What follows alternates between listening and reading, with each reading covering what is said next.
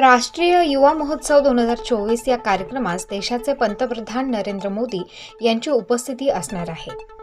या पार्श्वभूमीवर नाशिक महापालिकेच्या वतीने विविध कामे हाती घेतली असून त्याची पाहणी प्रशासक तथा आयुक्त डॉक्टर अशोक करंजकर यांनी रामकुंड ते तपोवन परिसर व आदी भागांची पाहणी करून विविध कामांच्या सूचना दिल्या।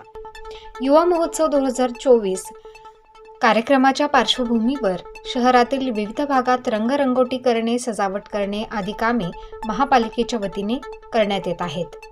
रामकुंड व परिसराची स्वच्छता तसेच विविध मार्गाच्या सुशोभीकरणाचे काम महापालिकेने हाती घेतलेले आहे।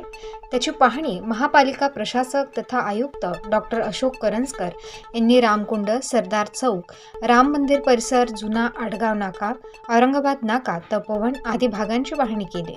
यावेळी त्यांनी विविध कामांच्या सूचना केल्या आहेत।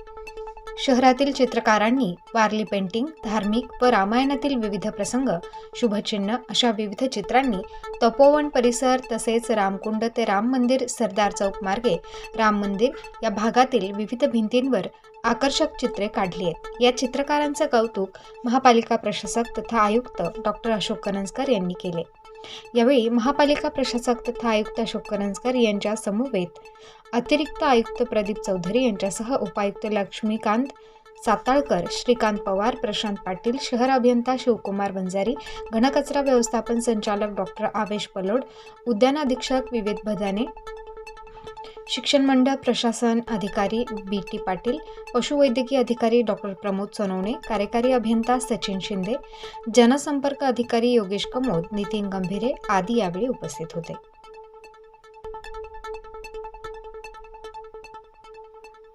रामकुंड ते राम मंदिर पूर्व दरवाजा दरम्यान रामायणातील प्रसंग, शुभचिन्हे राजेंद्र लोखंडे, सचिन पगार, विनोद सोनवणे, संतोष मासाळ, सचिन अहिरे, कृष्णा जाधव, चित्रा संधान, ज्योत्स्ना पाटील, गजानन वाल, कश्मीरा सोनवणे, विलास गायकवाड, आरती मोरे, भावना आहेर, सुनीता शेटे, एस.व्ही. काळे, अनिता गायकवाड, मालती काळे, लीना राजनोर या विद्यार्थी व शिक्षकांनी रामायणातील विविध क्षण त्यांच्या कलेतून रेखाटले आहेत।